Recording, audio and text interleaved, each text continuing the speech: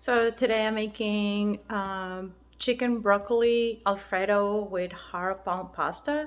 I'm not using my tripod. I'm tired. I've been in Zoom meetings pretty much all day. I'm literally zoomed out. So I'm just gonna show some of the steps and talk you through it. Super easy, super simple. I am going to be using probably two different type of Alfredo sauce from Trader Joe's, only because I'm making a large batch and I want to make sure it's creamy enough. So I have like 6 cloves of garlic, 4 tablespoons of butter. I use 3 crowns of broccoli, and these are the two different sauces I'm gonna be using. And I'm using, I think it's like 7 pieces of chicken thigh. I buy my organic chicken thigh at Stop and Shop, and I'm gonna be cooking them separately. The chicken goes in the griddle and the broccoli goes in here, and then I mix them and I bake them for about half hour in the oven. So one thing I learned in a cooking class in Thailand is that you don't heat up the fat and then add the oil. You put both at the same time to heat up, to warm up. That way you don't burn the garlic and the onion, and it releases the aroma. So I've been doing that ever since, whether I use butter or oil, and it is spot on. That woman was so right.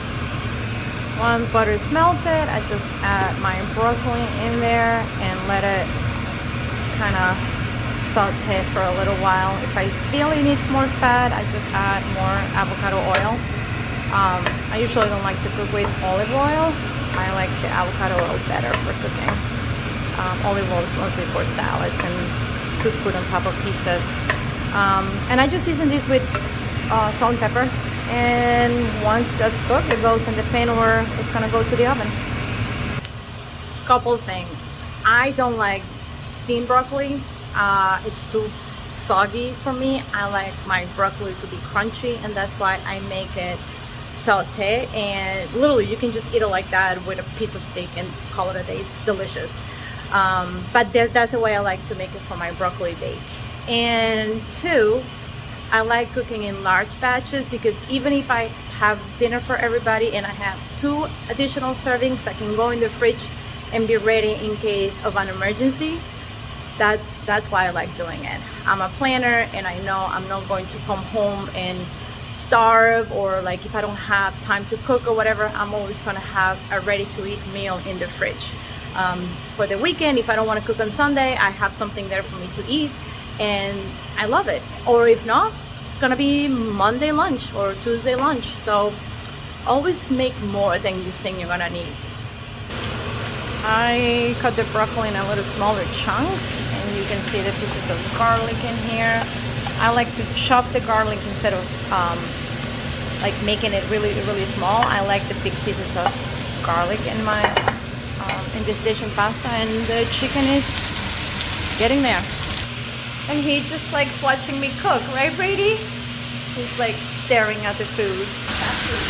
As the chicken cooks, I like to cut it in smaller pieces so it cooks faster and also gets more flavor in each piece.